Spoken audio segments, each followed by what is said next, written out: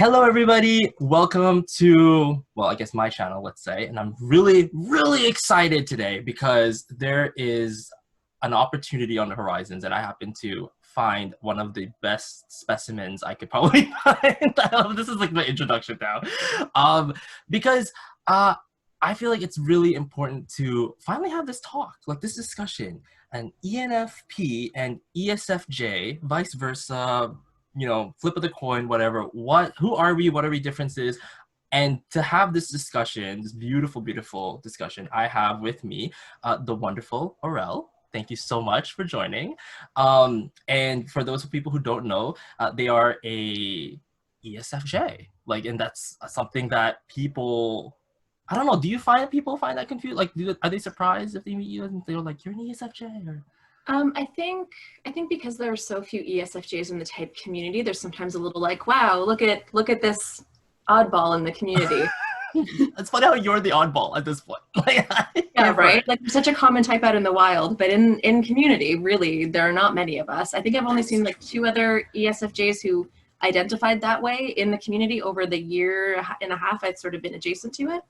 Oh, yeah, I completely agree. There's not enough. There is not enough, I would say, definitely not enough SFJ representation. I mean, that can explain a whole lot of, what was it? Like a whole lot of those people expressing parental trauma stuff about, oh, my SFJ parents. And I'm going, are you sure? Like, are you sure they're not just irresponsible? Like, I really doubt that the person is going to be an ESFJ. Shooting my shot this early already. Anyways, before we get down into the gritty portion of our types, because I mean, one thing I actually do want to add before I even go further is that distilling the variables long enough, me and Aurel are actually both 7-wing-6 in the Enneagram, which is fantastic. I don't always talk to other 7s, so it's just beautiful to have this. So without further ado, what's your first introduction to type? Like, how was the road to your discovery? Because I'm very, very curious. It started just over a year and a half ago. My ENFJ best friend, ENF Sage on YouTube, I actually did an interview with her way back before I formally got into it myself. Delish. But she got really into it and started talking to me about it. And sooner or later, I guess I feel like the way I remember it is that like I got hooked into it enough to start being like, oh, this is a puzzle. Like this is a fun game I can play. I don't know if that was my SI or TI, maybe both. Here for it. But that, from there, I got really into it. And I feel like the interest might have waned if I didn't have that friend who was also still really invested in it. But between the two of us, we really kept it going. Oh, delish. Did you ever question yourself, your own type in any way? Or did you find that it like fit into the mold, fit into the framework or the archetype really quickly? Or what was that? Growing up, at some point I must have tested as an ENFJ because even like 3 years ago, I was still calling myself an ENFJ, but I didn't know anything about typology then, like nothing really. I'd taken a couple of tests and that was it. To get more into it, right, we did some more reading. I took some more tests because I didn't know that yet. I think she probably found out shortly thereafter. Oh, yes. That we don't take the test. We don't trust the test. And for a while we were like, oh, is this an ESFP? Because I was testing that way too. Is this an ESFJ? And finally she settled on ESFJ and I did some more reading and I was like, yep, this is the one I feel most attacked by. That's the line that's the one I feel the most attacked by. No, and it's funny you mentioned though, ESFJ versus ESFP, especially if you look at it just a dichotomy state, because that's actually been my best friend's journey, actually. Very similar to yours. Because when I first brought up type with her, she was very, I'm probably was it ESFJ, ESFP? Like I'm one of the J or P, either or. Even though I guess from my perspective, they were completely full J. Like to me, that was just, it was not a measure of like, this isn't something we had to discuss. But I could definitely see why, you know, let's say with any, right, we could see why that might come about in terms of and of course if you don't know the functions yet, of course, like you might just read the different types and just go, well, I could be this, I could be that. Yes, definitely. Actually, it's funny because she actually thought her husband was also an ENFP, which I thought was really amusing because the descriptions, going like if you type only via descriptions, I feel that also is a little bit difficult, especially if you haven't done, I guess, the homework, for lack of a better word. because you know even I have issues with the descriptions for ENFPs because you have things of like, oh, inspirational, oh, they're like outgoing, and I mean a lot of people are in a way, especially if you're imagine if you're friends with anyone and you want to help your friend, you're gonna sound inspirational too. Like, especially if you want to motivate them, like you're gonna sound that way too. Like it really is. I feel like it's too shallow, in my opinion, what it is. I mean, even the 16 types with the function stacks can be too shallow. Like I was helping a friend type herself a few months ago. Ooh. And we were like, I was running through the usual questions I ask and looking at ideas. And I don't want to like pretend I know everything about typology. I've only really been into it for like a year and a half. I know I have a lot left to learn, but I really couldn't see another stack other than the ENFP stack. But she was reading it and going, this doesn't really work for me. So we went to socionics, and the ENFP, but with the FI focus, she was like, oh, that's me. That's the one where actually, I'm not an EFI. It's funny because I actually have that similar journey with socionics. What ended up happening was I never related to a lot of ENFP descriptions. I just knew that by function stack and just doing all the logic, there was no other type for me to fit into other than ENFP, unfortunately. Even though any DOM. Well, you know what's funny? In all tests, I always get a TJ result. Oh, that's funny. It always. I never gotten, like, I think only just about recently, I think some people have been so fed up with them getting themselves wrong that she got a really nice test going on, but they're all in beta testing. So I'd be like, hey, can I try it? And then I actually got, like, let's say ENFP or IEE, and I'm going, oh, wow. Good job. Like, congratulations. But usually I judge a person's test if it was good, if they actually got me TJ, because at least they're measuring what I'm flexing. But point being, like you were going off of what you said about the socionics thing, when I looked into IEE, the NE subtype, that was the one that hit me to the core. They're like, oh, that's the one that's supposed to destroy your ego. I'm like, great. Lovely. Like, truly though, like finding the type that makes you feel most attacked is not a bad way to type yourself. Oh, absolutely. I mean, Enneagram. Especially for Enneagram. Wow. I mean, I'm so glad you reached out for some of the, because remember when I made that thread about like sevens, like how do we deal when you want to probably feel bad and then, but you can't because for some reason your body or your brain is just not letting you feel negativity. And nobody else I don't think can relate except a fellow seven. Yeah, and I think my answer was a 4 bullied me into it. Oh. A 4 bullied me into it. No, you're right. Because I have some 4 friends and then you talk to them and they're going, yeah, you need to do this and then this. And then they go full on and going, nope, you have a point there. That's okay. Let's see if I can cry now. You should listen to them. They're very wise. They are. No, they are. I got nothing really much because when you need them, they really are there. And that's like my full on. I can't really argue with that part. I will ask this though, because I am curious. Because I feel like there's a lot of misconceptions that shroud or encircle a lot of ESFJ content. And my biggest issue, of course, with them is I think they're like a top 3 main that I have an issue with. Is the gossiping is one of them that people always talk about. The always crying is another one that I want to attack also. And then the nature of their FE and the nature of their TI, I feel like it's something I want to attack as well. Because, I mean, granted, I'm happy that we got some ENFJs being gung-ho about it and putting themselves out there to battle against the stereotypes that come in with FE, but I feel like there's still a need for their sensor counterpart to bring in their bigger guns as well. So let's start with, like, I guess the first one, the gossipy thing. Do you relate to it? What is the logic behind? Because I know how it works with having my best friend, and I love it. But for the sake of, I guess, the listeners, for everybody, like, how do you define it, or is it even the same? Which I probably not. I personally am really bad at gossip. How do I word this? I was bullied a lot as a kid, and it was all social bullying, right? Like nobody ever hit me or laid hands on me, but it was all whisper campaigns. It was all people, pulling tricks, right? Yeah. And I think that's part of the reason I'm so bad at it. But like, I recognize that when it's not malicious, gossip is the glue that holds communities together. And I think FE Doms are probably generally pretty good at it. No, I agree. I feel like a lot of folks who misunderstand the nature of FE's ability or capacity to ask questions and, what is it? There is a word. My polar TI is going to kick me at some point in this, and it's happening now. about, because it's, I don't like, my opinion is I don't think all gossip is harmful. That's just my take Right. on it.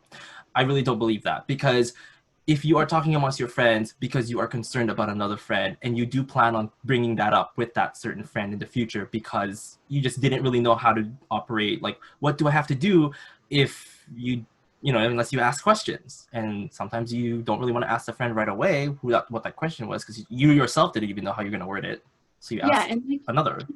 keeping our communities updated with news from each other, like especially relatively benign stuff. Like that's just what humans do. I agree, actually, with that. Yeah. I I know a lot of folks online are going, I don't like small talk. I'm like, I don't mind it. I actually Yeah. don't. I don't really see the. I remember when I was a kid where, I don't know if you've had this similar thing where just not disliking, oh, you have family members here, they came to visit, come say hi. And you're like, I don't wanna, because you're just in your own zone. And I remember being that person, but nowadays, I'm very, when I have family members come over and like my parents are, they're both SJs, dad ISTJ, mom ISFJ, and they're just hanging.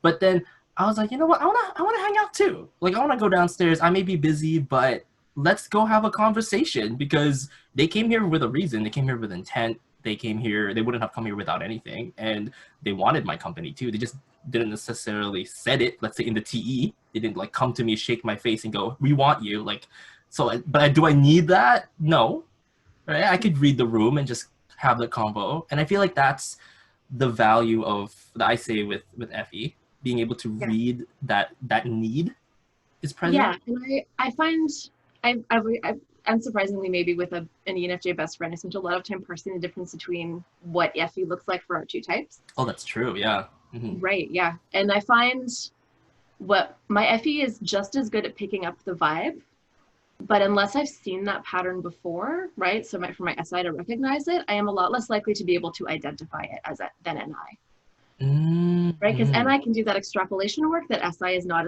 as good at. And Yeah, especially with NI in my blind spot, right? So that's like sometimes I'll have true. to go to an ENFJ and be like, okay, here's what happened. The vibe went south. Do you know what happened? And very often they'll be able to tell me. And I'm just like, oh, it makes so much Like the sense. little hidden patterns there, right? Yeah, like as soon as I hear it, I'm like, oh, fuck, that's true. Yeah.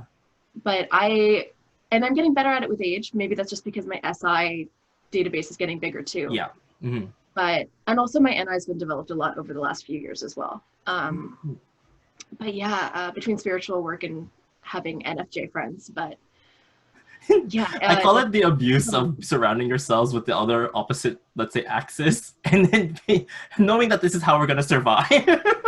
truly though, truly. Yeah, Yeah. I mean, I always thought type as a celebration of differences, right? Mm. Because that's why we studied so hard to figure out like why everyone's different, because you get to extend the benefit of the doubt for the people you meet so that it isn't like constantly, oh, they don't get me. Like they don't, like, yes they can, you just have to understand why they don't at the time, or why they're frustrated at the time, and you can actually like extrapolate exactly what you need, because you know, like, let's say you found out that their type may be more sensitive to your FE or not, right? It's a thing. Yeah. How are you with change? That Work. I love. I was incredibly resistant to it as a child, and as an adult, it's been a long learning journey to embrace it. I'd say in my mid-30s, where I am now, I'm getting to be okay at it. But when I get like tired or something, I'm still like, no, I'm digging my heels in. This is how we said we do it. It's how we're doing it. I love that. I'm intrigued by it, actually, to be honest, because I had this opinion that, especially for ENFPs, that we may live erratic lives, but deep down we long for a home. We long for our SI, because our SI is like really, really bad. So even at the end of the day, like, we actually do value coming back to some semblance of comfort, even though we don't really know what that is. So we're chaotic like that. But with definitely ESFJs, like especially with my friend, when things go down, and I don't know if people extend the benefit of the doubt for you guys, but like, I know I would say for myself, when I do want to introduce something, I like to sit them down, like I sit her down and we talk. I'm like, hey, this is happening and I'm going to go do something right now. And I want to know if you're comfortable with it. And even if you're not, like, it's even because I'm like rude like that, even if you're not comfortable with it, but we're going to be safe. Like, I give her the reassurance, like, it's going to be fine. And like, you do the whole line, because I don't know how, is it the same, is it similar with you where you don't like plans being canceled? Or To do a you certain extend extent. it a little?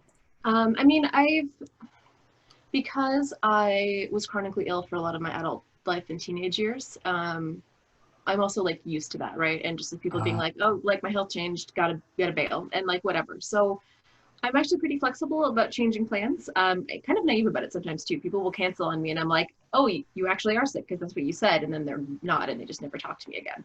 What? Word.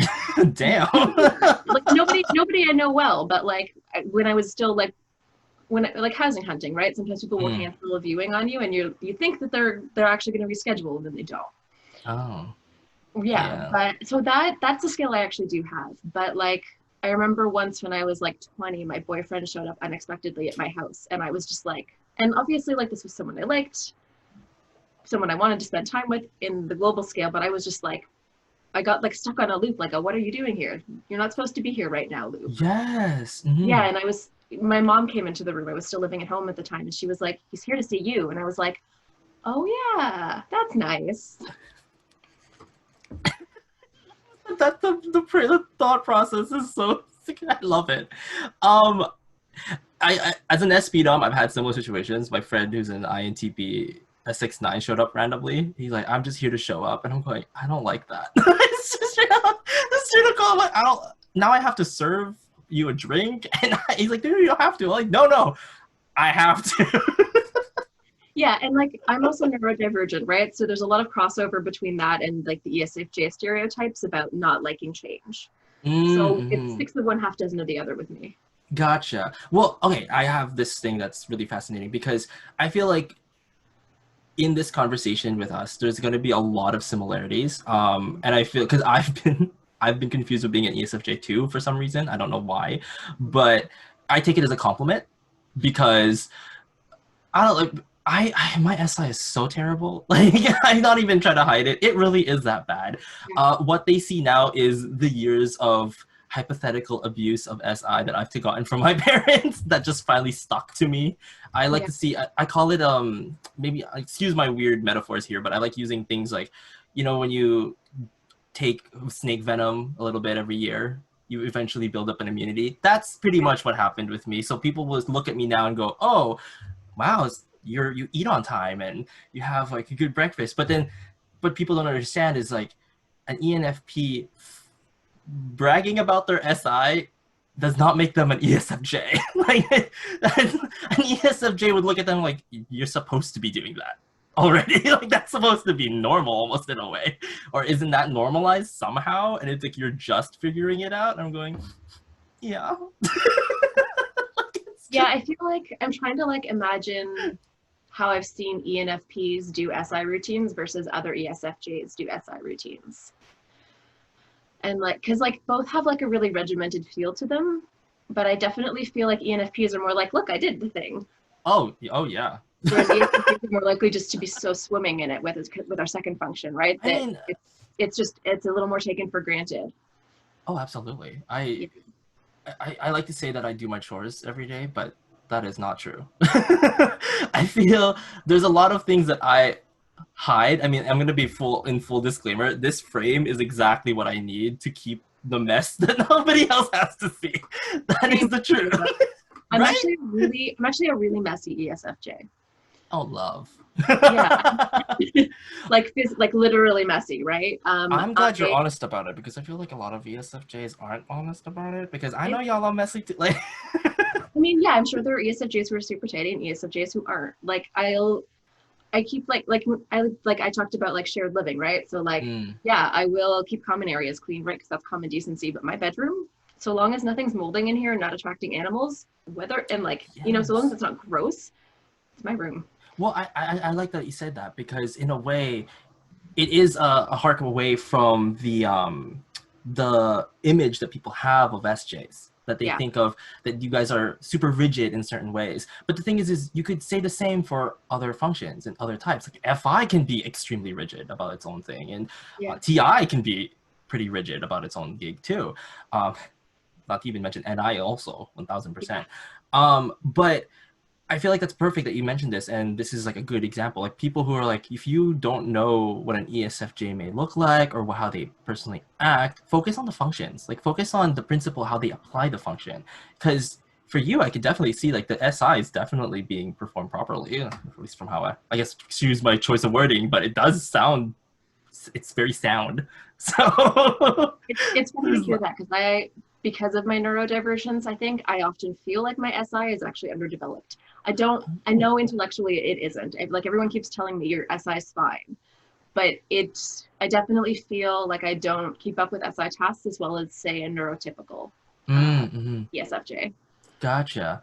That's no, I But can definitely I agree with that. I can agree with that. but But then then at the, I also do that thing where I'm like, oh, I picked this answer on the quiz because that's the same couch someone I love has, so that's the oh, answer I'm like. well, there we go. Classic SI, right? Well, okay, here's the thing that I feel like is also, I remember I wasn't there for the interview, but I remember witnessing an interview of an ISFJ, so your introverted cousins, that what's the word I'm looking for? The associations you guys make with objects that hark back to the past. It's almost time travel. How I like to describe it. They can take you back in a way, and it can take you to another place. I've only had that during stress. Like I've had whenever I've been like really tense fights, I will bring up literally the snapshot of a room to a person. Like I would suddenly remember the smell, the shirt, the everything, and I would use it as a weapon because I was hurt at the time, and my SI was like, oh, let's bring it, like just take it out of the wallet. But it's so cool to witness, especially SJs, like let's say SFJs even spin the thread of the story of what got to where they are. It's almost very I hate to use the word sequential because it's not, because it is in one way, but it's also Yeah, magical. I don't know, like it's fascinating. I don't think it has to be linear. No, it It isn't, can't, because it's not NI, yeah, it's NE. Like that's yeah, kind of paired with it, right? yeah, So like it's it can be, and sometimes it is. And I think SI maybe does lean towards spinning a linear narrative, but like I'll remember random SI details about things that have no other context, and they're still yeah, SI details. and it's personalized. I think that's something that's really interesting about it, Yeah. and I think that's a big part that people forget. It's not every SI folk is going to be the same, because SI is a personal subjective function. Yeah, and I think for ESFJs, like I find when I'm pulling up those SI memories, there's always a really strong FE association, right? Hmm. Things matter to me because they're personal, because the FE, because they're Yes. about other people. Love. Here for it. See, you can tell I'm like biased for ESFJs, as you can tell. But yeah, like, cause I don't know, like I've had like me and my friends started, and I'll just give you like a little Yeah. rundown storyline. Like we had this huge argument like in the first year, and we would bring it up every now and then because we're over it, like we were done. But then it was a part where we realized how both of our our own personal SI have been damaged in the past, and we both presented it on the table in the moment, and that's why we fought, because we were going off of something else, and we didn't focus on the fact that this is a new friendship that we just started, and that this could have been something else. And I was like, oh my god, we need to start over. Like this really, we need to start over, because you have a memory of me and I have a memory of you. And it was, let's say it was tainted because of this shared little issue. But then the issue doesn't exist anymore because we've solved it. So we can't do that anymore. And then they also brought up, like, you can't be acting the same way that you were because you were a jerk in like this, past thing. And the thing is she was right, absolutely, because I definitely did have traits that my attitude definitely was totally, like I was one of those FPs that I'm one of those FP who never really said hi, especially if I went to someone else's house, like Hmm. especially if it's like a big gathering. I don't say hi to nobody because I don't care about your existence. Like I mean, I still don't, but at least you have the decency and the politeness and the FE with wherewithal of not being, But you I can't think be that all the time. I think that's particular to FINS though. I think so, in a If way, if yeah. ENFJs don't say hi, it's because they've made a choice not to. They know they should. Oh, that's so true. I love that. And it's the same for ESFJs, right? We also know in different ways, but we know. Yeah, it's a conscious choice, and I think that's really. Sometimes I do like the conversations I have now with my friend about it, because when there's situations where like, well, I don't really, because she would go, I don't really want to say hi to them. I'm like, you don't have to. Like, you can just be me, and they're going, Yeah. And no, but I'm that's not the point. yeah, and I'm not I don't really want to say hi to them, but I have to because Effie told me I had to. because you see the Yeah. gap in the room that needs to be filled. Yeah, and like just so like if anyone's feeling anxious about this conversation, hi, if he's going off again. Like sometimes we just do forget, or sometimes we don't realize you're in the room. Like it's not always someone snubbing you. Life also happens, but it is also sometimes a choice. No, definitely. There's a complexity that people are missing out because SJs are as multifaceted as it is as in any other types. I actually would say that, and I think Heidi at Twitter even mentioned it herself. We may even as ENFPs become unpredictable and chaotic, whatever. But it is actually predictable. We are consistently chaotic. It's not something that is like whenever any of us talk, it's almost like you're looking at it as if we were shared in a hive mind somewhere, like we were all birthed by the same NE somewhere because we all agree on certain things. Whereas with SJs, it is actually very different. You'll see them collectively on all different kinds of positions and all different kinds of arrays of life. I feel like your NE dominant, especially as feelers, makes you just like open to entertaining ideas in a way that ESFJs may not be, at least not as quickly. Like that, and he just moves so fast, you know? But with SJs, I think you need to have a reason to want to change the idea sometimes. Oh, I like that. It does help actually having that perspective at least, because at least with me, I had to teach myself that I had to question that not every idea needs to be pursued. And like not every, because it really isn't, like the amount of useless things I've wasted time on, like and sometimes it's fun. You can just do that for fun, but some ideas really are not worth it. And yeah. I agree. Now, I want to tackle a stereotype here, which I thought would be really fascinating to tackle. Because do you subscribe to the interesting opinion, I'd say, or the background aspect, whatever, on type, where we tend to overestimate our tertiary function? In a way. This is a weird one for me because I haven't studied a lot of like objective personality, but I'm probably a jumper type. So I'm probably actually FENE rather than FESI. Fantastic. Yes. Yeah. So like it's sort of a weird one for me to parse in some ways. It's funny because I'm also apparently a jumper in OPS, so I actually can't relate to it either. Yeah. But like I feel like I most visibly see my NE in like that play stereotype we do sometimes talk about. Like I will make the dad joke every time. Yeah. Like I will make the dumb pun that my NE is like, lol, it's funny, and I will make it and it's great. I don't know if I feel like personally I probably underestimate my NE. But part of that too is like I spent a long time in higher education. For the career path I was originally on, I needed a second degree, so I got that second degree. I was in post-secondary for 10 years. Oh. And if you're not, post-secondary, especially at the graduate level, really values TE. Right? Like really visible, really active TE where you can like challenge ideas and push back right away in lecture, in seminars, in classes, right? And as TE lasts, even when it does show up, it's not good for me, right? Like when my TE shows up, it's mostly me being a stubborn butt.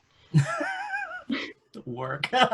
Right? It'll occasionally also show up to pair with my SI to help me get things done. Yeah. I don't know how ESTJs do it every day, but you do.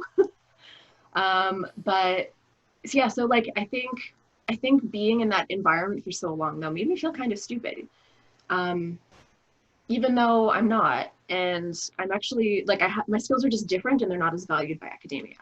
Oh, 1000%. Like I actually think I've said this to other people before, where I do believe that the world that feels like they praise and they kind of give focus to an STJ type of kind of framework, if not STJ and TJ. Like you're either praised for being a TJ somehow, and there's a point where it does amuse me, and I will take this tangent because it's fantastic. Like it amuses me a lot because there are a lot of businesses that may be failing because they are not taking into consideration the FE principles that need to be applied in like a growth project. Because I like to think that communities can be sustained and maintained if people were to utilize FE principles. But then especially if you, because I would say as a person who is of FITE, that my background is very, well, we don't need to talk about our feelings if it's obvious. But then that's me being self-absorbed in my own little perspective, that I think that is what the should be, which doesn't exist really. Like the should, I would say in my opinion, is kind of impossible because it's being idealistic and having an expectation on others. right? Yeah, even for me, like an FE Dom, it's never as obvious as FITE thinks it is. Yeah, and I actually had to learn and accept that. I believe sometimes in the hard way, almost, because it really is a completely different kind of avenue highway that like I had to kind of get into. All my friends, actually, surprisingly so, I don't have a lot of FITE friends. A lot of my friends happen to be FETI or TIFE. Only because in a way I'm seeing in, I guess, through my TE lens, what makes you guys actually efficient in what you do. It's just in your own way. And I can respect that. It's just, and it's something that I would say that is something that I remember the complaints I hear from FE users about TE structures, how it's not accommodating for them. And I actually do think that that's the case, right? Like it's... So I just want to frame this as like, I recognize that this is specifically a me problem and not a TE problem. I find it really easy to type TE DOMs because I find them frustrating. Work. And again, specifically a me problem. TE is great and really good at what it does. And I'm not trying to knock it at all, but like, I think because TE is also that judging function, but it is a thinking function rather than a feeling function. I think for me personally, as such a strong feeler, it's like, okay, but where's the feelings in this? Like, where's the humanity in all this? Right, like, yes, this is maybe the most efficient way, or the thing that you have determined is true, but that is not objectively true for me.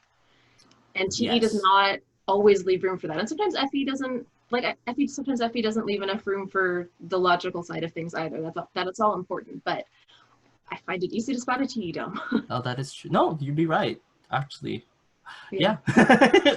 Going by it, actually, I'm taking a page out of your mind. I'll be like, yeah, no, it would make sense, because I remember my friend being frustrated with a lot of TJs, and I can see it going, why do these people not know how to? And I'm going, then I have to explain that their TE is making them not notice me in the room, and going, why? It is so amusing. No, it's 1000%. I completely agree. And I would say that because of the differences, do you find that the differences, the miscommunications often come about not necessarily FE versus TE, but it's like your FE versus their FI even? I've definitely had miscommunications with FI users. I find sometimes like the way it was originally explained to me, she's been harassing me lately to just go and finally study theory, because really every scrap of theory I know is just secondhand from her. So I did actually sign up for a course. I'm going to learn some theory independently. Delish. Okay. But everything I know, I've absorbed secondhand through her. When we were getting an INTP friend into type, and as we were typing them too, they were like, do you have any resources for me? And I'm like, no, we type with our hearts like men.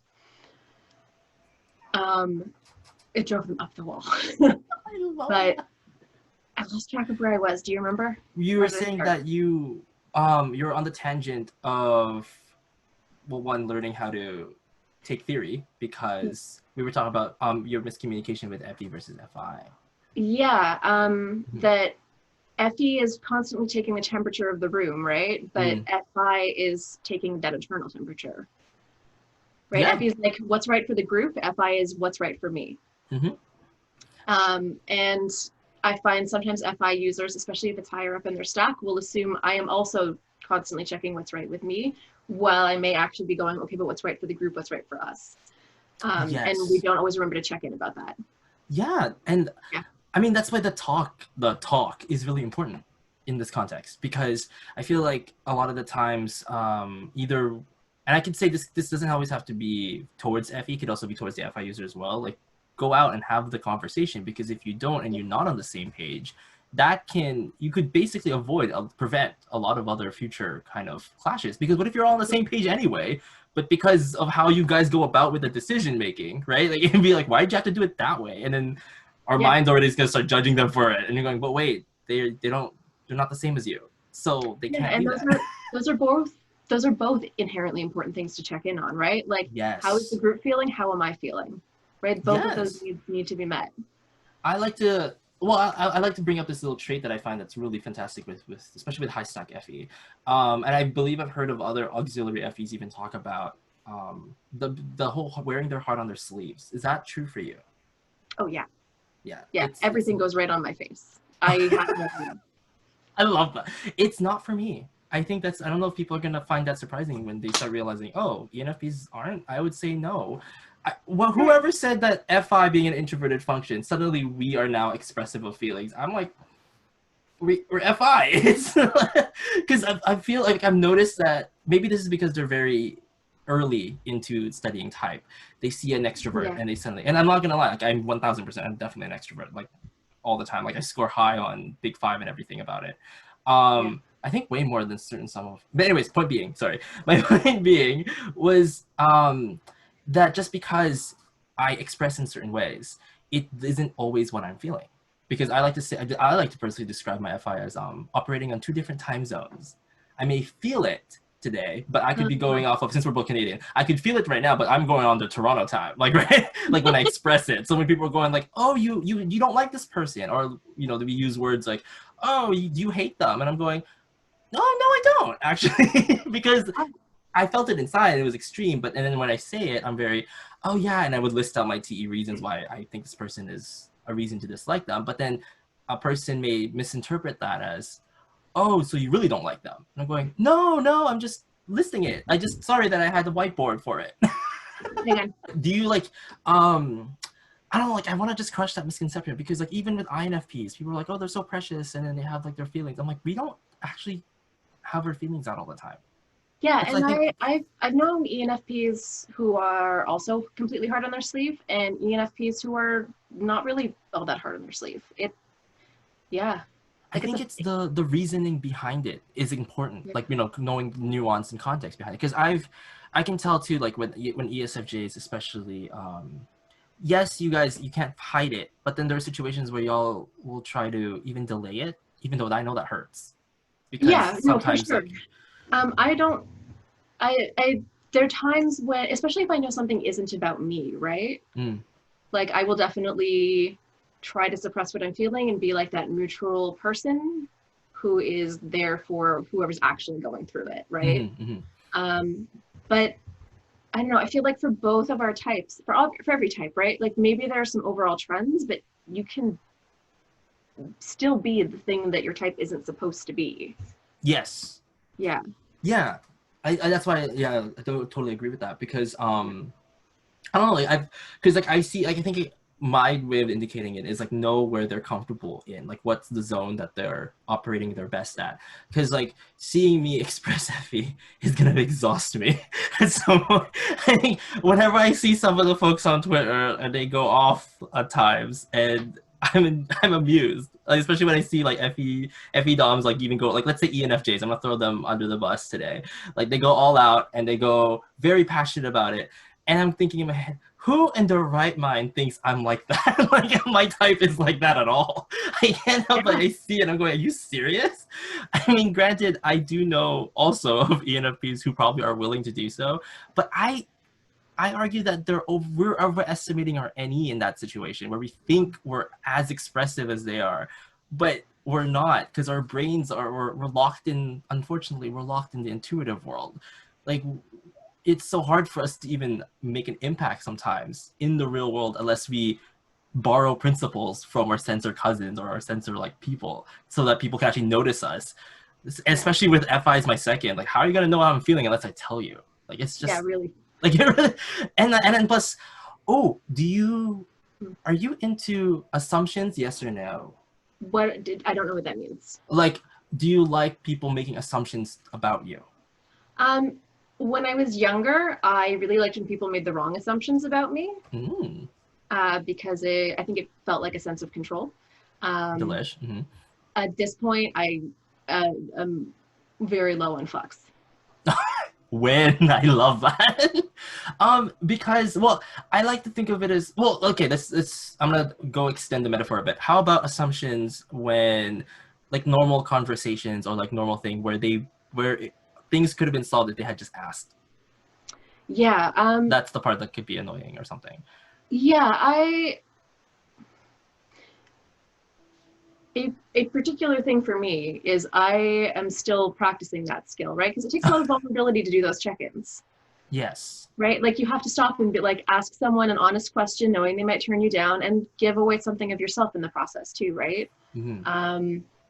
So that is still a skill I am learning personally. Because I but would we say recognize how valuable it is to all of us. yes, I want to say that the sin, I would say, of an FP, or especially ENP, is that we make assumptions all the time.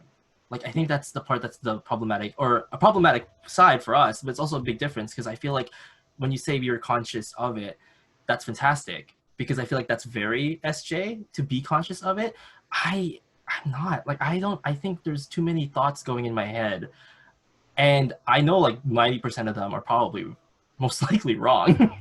But that's literally how we operate, like how I operate. Like, it's Young described it as, seeing the what could be's of an object, right? So I'm looking at the object to the point where I'm not even looking at the object anymore, because at this point I'm just looking at what I think that object could be, which is not even, if they can't, then you're not even looking at the object. we're way past the object at that point. And that's, I would say, for folks who probably are curious to, I don't know, in conversation, if you want to pick up what it looks like, what an ESFJ or what an ENFP might look like. I feel like we're stereotyped as making assumptions all the time too. But I don't know if that's true though. I mean, it really depends on the ESFJ, like everything else, but I think we're definitely capable of it. Like, take that FE, that FE and SI, as soon as it's sure it's found a pattern, because we're judgers, we're like, yep, I know exactly what's happening there. We may not. It's true. That is very, especially if there was an actual, let's say, completely out there thing that you guys haven't experienced yet, right? That could be a thing. We might, or like, yeah, we might completely misidentify it and then try to solve that problem we think we've identified, but actually it's a different problem with it that needs a different solution. Or maybe it is a problem we've seen before, but still needs a different solution because it's a different person and not everyone needs the same thing. That's delish. No, you worded it wonderfully. That's exactly true. Yeah, no, but that's funny though. It's another point for you though, because I can't do that. My world operates on like, I have way too much NE, and my whole basis is like, oh, did the assumption fail? Okay, then it failed. We're gonna try another one. Like, that's so NE Dom. It's so bad. Like, like for folks out there, this isn't like a read to anyone else, but like this is like my own self roast. Like, my SI is that bad, guys. Like, y'all need to stop praising it. Like, it's not happening. Yeah, and I feel like I feel like I can see versions of myself when I was younger. I developed on different paths, but like, who could have gotten really, I think there are ESFJs out there who absolutely like make assumptions with their FESI, won't think outside that box, and that would be really frustrating to deal with. And I can see elements of that in myself when I was like 20. And even at like 25, but I've been exposed to other ideas and ways of thinking, and like a lot of it's been through social justice for me, right? Because turns out to do social justice well, you have to be really open to not knowing shit about shit. And just constantly learning. Not having a foundation sometimes, or like. Yeah, and yeah, like there's just so much that's hidden from us, right? That we have to start seeing. But like, because I've had that cultural exposure, I'm able to go, okay, I think this is what's happening. But before I act on that FE impulse to act on this SI pattern, let's stop and actually ask if this is what's needed. Oh, wow. Right? Because some contemporary SFJ stuff. Like, damn. Like, this is what our modern day has turned into. I love it. Well, okay, I'm going to ask you this. How would you then differentiate yourself from other ENFPs? Go hard. You don't have to worry about hurting my... Yeah, from from other ESFJs, I guess. You don't necessarily have to be generalized, but go for it. It's my channel, whatever. Like, you can roast me if you want to. my knee-jerk reaction is to treat this like a, how are you not like the other girls question? I'm like, no, just like the other girl. I don't want to throw my type under the bus. I mean, I think we're capable of being raging assholes, but that's true of every type, right? Oh, that is true. Yeah. I feel like we don't give enough credit to ENFPs being an asshole, though. Because, like, I feel like when we do hurt people, people are like, oh, it's okay, or like this. And I'm like, no, you haven't encountered a really painful ENFP attack. Like, that's... Sometimes I wonder if people actually are looking at ENFP sometimes, or just an idea of us that they've seen from a thing. Which, again, vice versa to ESFJs, right? Like, an idea of you guys rather than who you really are. Yeah. Like, the vast majority of the criticism and type community of ESFJs and censors in general is just because you're not interacting with enough of us that are properly typed. Oh, gosh. Like... Yeah, like, people hate the nagging aunt stereotype of the ESFJ, and they're out there for sure, but that's not all ESFJ is. I mean, And you may be people don't mistyping. understand. Some of those are like ISTPs. Sorry, what? Like some of them are even ISTPs, the nagging aunt thing. Like some of them could be even ESTJ. Like y'all are not looking at the right people, because of like I can't fathom when you study functions, how do you attribute such a negative thing only, like to only FE, when the whole point of FE is to be aware and sensitive to the emotions of the room. Like how the heck is that related? That's the thing though, just because we're aware of the emotions in the room doesn't mean we act on it healthily. Right? Like ENFJs have that reputation for being manipulative because with their NI and FE, they can figure out what's going on. And then, yeah, there are ENFJs who use that to manipulate the situation. And sometimes that's actually quite benevolent. It's just to help someone say, calm down, so they can actually do their own processing. Yeah, I mean, with the NI thing. Yeah. And I think with ESFJs, we just get so hyper-focused on like the one solution. Like I have an extended family member who's also an ESFJ.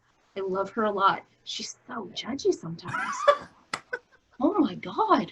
Yeah. Like she's just so sure she knows exactly what it is.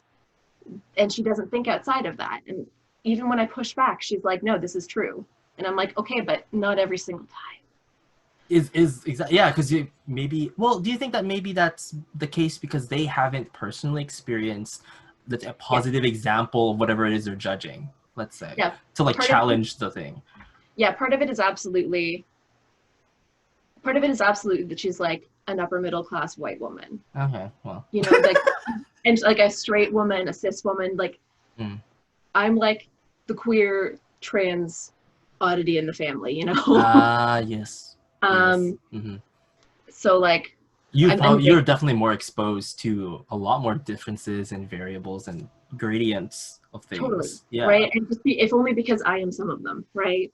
And so some of that is like ESFJs who don't see the wider world can get real locked into some pretty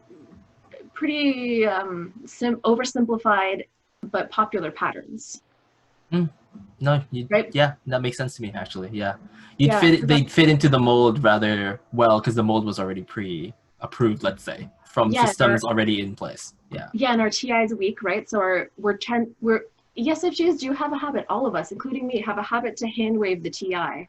Like, should I stop and think critically? It's probably fine. Yeah, I remember telling my friend that's definitely something very similar. We were like, no, you don't like it. You can say you don't like it. You can call it out.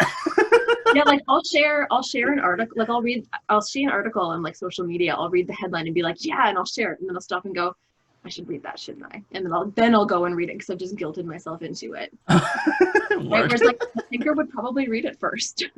Yeah, and I mean, come on, we're surrounded at a point where we're surrounded by folks who are of the opposite judging axis, which is the thinkers, who do the reading and they do the shenanigans, but they get let's say, I don't want to say overrepresented, but they get overpraised for it and whatever. But then we also have the capacity to do the same. But it's also interesting that I'm just about to lose my point. When it comes with TI, especially on, because I'm polar TI, maybe this is why I have issues. Like for my friend, my point being is that for my friend, I usually would tell them, hey, if you are uncomfortable with something and you have every reason to be, like my FI can't pick it up because I'm terrible at it. However, if you do have every reason to be, like your opinion actually has way more, maybe in the TE lens, at least from how I'm seeing it, has way more value than whatever person high TI said the other to you or something. I'm like, that opinion doesn't count because they thought about it their own. Let's say they did it their own, but they didn't do enough. And like a person blessed with higher FE has taken in most of the input from the room, whereas the other one's locked in their head. So technically, who really is having a little bit more accuracy? Sometimes it's the tables will turn sometimes, and like that's some of the best opportunities to bring it up. Because like I feel like when you said about hand waving TI, like sometimes for you guys, I would say you don't have to, because there are moments where some person are really pulling it out of their ass and they need to be called out for it. There are probably some hot Annie that I'm calling out and putting under the bus who are pulling it out of their butts. I totally know who you are. I think another ESFJ thing that probably gets rightfully called out sometimes too is like, because that NE is also third slot, right? thinking and that intuition are both third slot. Like I said, I've been into this for about 1.5 years now, right? That's when I did that first interview. And that was before I was like identifying as like someone who really likes type. But I got into it right around then. Like, it's been 1.5 years and I still don't really watch theory YouTube. I still don't really read theory. Don't worry about it. Like No, yeah, like I don't mean that as like it's not like a total value judgment, but like I think it does sort of reflect maybe an ESFJ tendency. Yeah, I mean, yeah. Right. Like I think a lot of us prefer to learn through other people because that's what makes it interesting and engaging. Aren't normally a lot of ESFJs tend to be either like play first, blast first types anyway? Yeah, I'm definitely play first. Same work. It must I be need people. I hate people, but I need them. It's, you know. I like people. I'm a little afraid of people, but I definitely need them. We can't help it. We have to bounce off with somebody. I like that you mentioned that actually, because I've done this to my friend too. I'll be like, so would you rather I give you the book or would you rather me tell you what's up with the book? And they're going, tell me what's up. Yeah, tell me what's up with the book. Yeah, if you want me to, if like I do enjoy reading nonfiction sometimes. Grad school did burn a lot of that joy out of me, but that's a common story. But like, I do love just talking to people about shit, and I think part of that is FE too, right? Like, I genuinely do enjoy hearing other people talk about the stuff they love because I get secondhand enjoyment out of their enjoyment. Yeah, no, and it's funny because I can sort of mimic it because I'm also an SI user in a way, but then it's like, you guys definitely get a lot out. You get a rise bet way better than I do. Yeah, it's definitely true. Oh shoot, I had something else to add to this that was really. You were on it. I was like, you were on the dot somewhere. Anyways, delish. Wait, we were on we were on ESFJs. Oh gosh, you can see me losing it. My brain. I was talking about ESFJs and our weak NETI and what that can look like. I was talking about. Found it. Sorry, I got it. I caught it. Thank you so much. See, this is what play. This is what play works. I will never fault another person for not intaking something like 2 hours worth of a video interview on YouTube. I cannot fault them for that. They're not interested because it is, I believe, designed for people who are into that. If we're for the people who aren't, we're like us, it's not gonna be like. I remember watching this, try typing this person, and it's like, and it's no shade to the guy. I like the guy, and I think I'm friends with him on Facebook, but 2-3 hours of sitting down listening to people on and on with a screen share of a graph is not enticing. Like, well, here we are, ironically, an hour into this conversation. An hour into the conversation. If it's selfish of me to say, like it is, I do like watching myself, do 1 hour of a combo, but rather than to watch someone else do 1 hour. But anyways, digress. But no, what I mean is like the real point I wanted to make is that a lot of the content that is out there is often not geared for or oriented for feelers. And it does come off boring to us. And I don't mean that as a shade to other thinkers, because if it's interesting for them and they're getting it their way, great. But like, look about us trying to do our homework, and not producing content enough like that is going to appeal to feelers. I mean, I think that's why it contributes to a lot of problems. Like I would say, in my opinion, MBTI is more kind of, no, sorry, that's not the right way I'm going to start, but we're going to go with it anyway. Kind of FJ vibe, I feel. Very NFJ is MBTI. And then Socionics is giving me INTP vibe, or TI vibe. Sorry, people are going to like rail on me in the comments probably, but TI, it's very TI based. And then like OPS is very TE based. Like again, like different systems are appealing to different people. And I feel though that because of that certain way that when you, especially if you want to learn a new system and it's not your strong suit, like me being polar TI trying to learn Socionics was a nightmare. Yep. They're like, there's so many different things. And I'm going, great. So when do I use it? Like, when can I use this? I was so eager. Can you just give me the important broad strokes ideas? Thanks. Yeah. Like, there's symbols now. We got icons going. Like, when did this happen? And socio people are gonna be like, you're such an IE. And I'm like, yes, proud of it. Welcome to my life. I love that you identified that it's not always made for feelers, because I've been assuming that a big part of the stumbling block for me was that it's geared for intuitives and not sensors, which again, not inherently wrong. Intuitives deserve content that's geared to them too. But as if the feeler thing clocks too. Right? Well, plus, I don't know if you agree with this or you've experienced this yourself, but we often suck at selling ourselves in the TE and the TI realm. Because we either, like you said, you either hand wave the TI, or for my case, I undersell myself because I don't want to show up and say I have a system when it probably is usable, but I don't want to talk about it because I'm not a high thinker. So it seems like it's not even my place to talk about it. Talk about it. Talk about it, right? Talk about it. But then that's why I feel like part two. Yeah, well, definitely. I'm definitely gonna have you again. Because it is like, it's so hard sometimes to navigate, and I don't know if this is going to strike a chord with other feelers out there, because it includes all feelers. Like, we often are taking the brunt of certain stereotypes because they're defined by experiences from thinkers towards us. So yeah. Right, so like, is it really true? Probably to them it is. Fine, I'll give you the NE for that. Fine, maybe it is true for you. But then, like, they never asked how we operated, how we got to our conclusions, what we did that ended up frustrating them. We haven't had that conversation. I'm always like, you haven't even met me. Like, how do you know me? Like, right? And I can say the same with ESFJs. Like, you haven't even met them yet. How can you have such a strong stance on an entire type and not have yet, done the grunt work, right? Like, I don't know. Like, it just, to me, is very wild. But that's why I'm like, my argument when I come off the way, or I market myself as this way, like, hate everybody because, like, everyone's dumb. Like, we need to, like, push back, I feel. I don't know. Like, how do you feel about how do you feel about being underrepresented, let's say, in type? Mostly I just find it kind of lonely. Oh.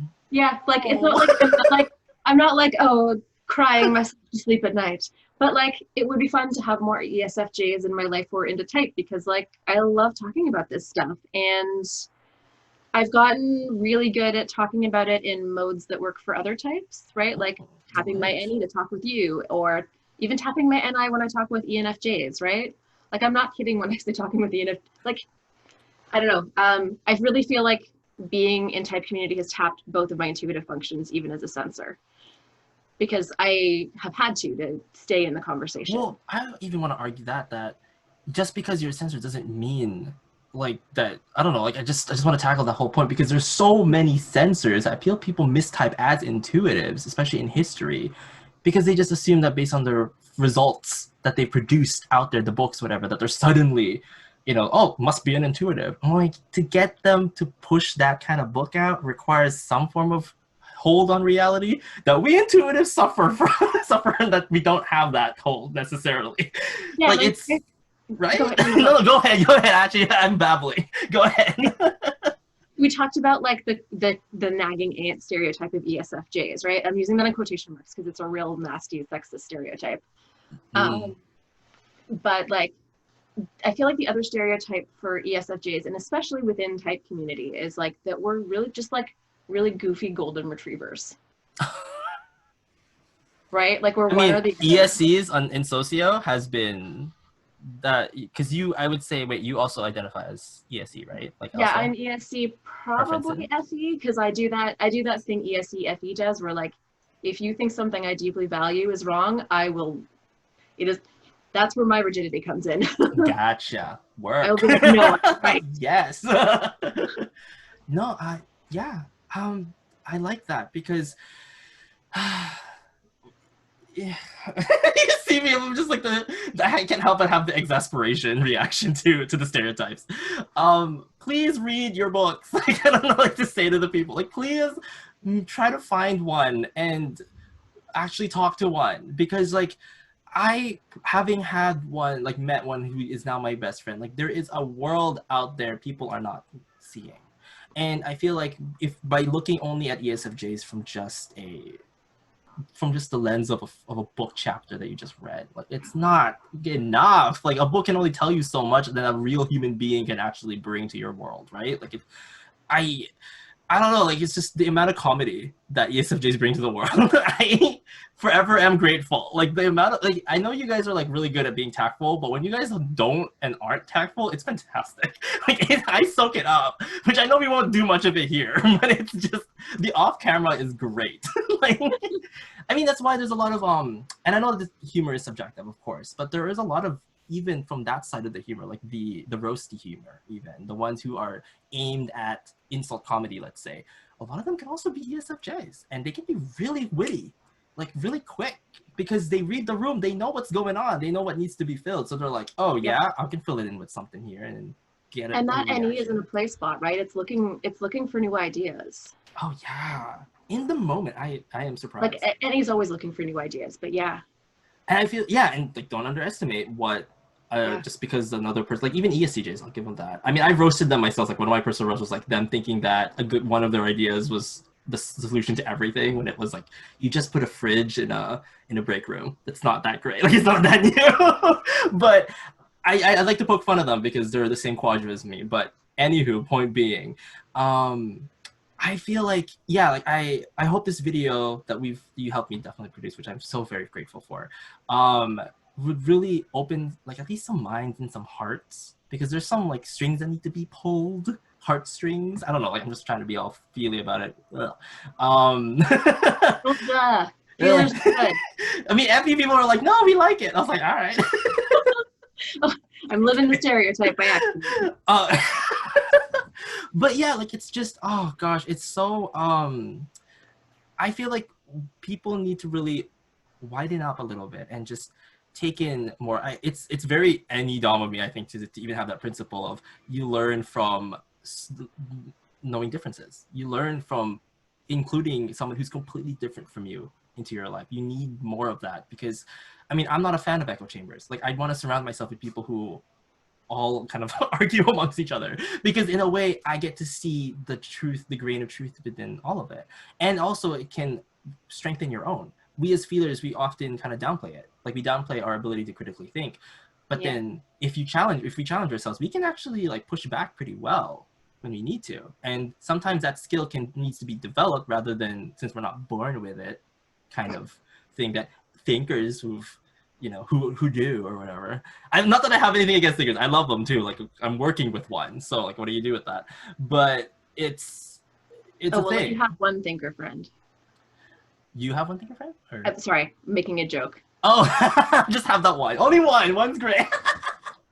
No, it's like it's, I don't know. Like okay. Well, anyways, maybe this is a good time to put a pause on this for part, because we are definitely gonna keep talking, because there's definitely gonna be a part 2. Thank you so much, Aurel. This is fantastic. I'm so happy to have you. Like this is great. This was really, really fun. Thank you for letting me ramble. Kidnap you for my evil needs. Depends how much is rent gonna be? Yeah. You will be compensated in gold coins and doubloons. Okay, I can work with that. Yeah. I mean, I can send you like a nice digital hug like every 2 weeks. I mean, it's the time of COVID. What else would we do? There you go. I just remembered my friend during this time is just like a wreck. And she's like, no. She's okay. You're 7, so we're fine. Like, but then I know you're social 7, but I feel like there's still a level of reframing that's still present in all 7s anyway. My friend's a 2. Oh no. Yeah, she's the classic ESFJ 2, SOSX. Bless her heart. Yeah, that's a really hard set of things to be right now. Yeah, I gave her a hug. I was like, no, it's not about you. It's like, do not take this as your fault. It's not your fault. And I'm like, do they not love me? I'm like, no, they do. Just not as much as you. Like this, you're pretty strong with it. But they still do in their own way. You just have to be okay with that. But yes, anyways, I babbled for way too long. Thank you so much, Aurel. Till next time, I absolutely would love to have you again.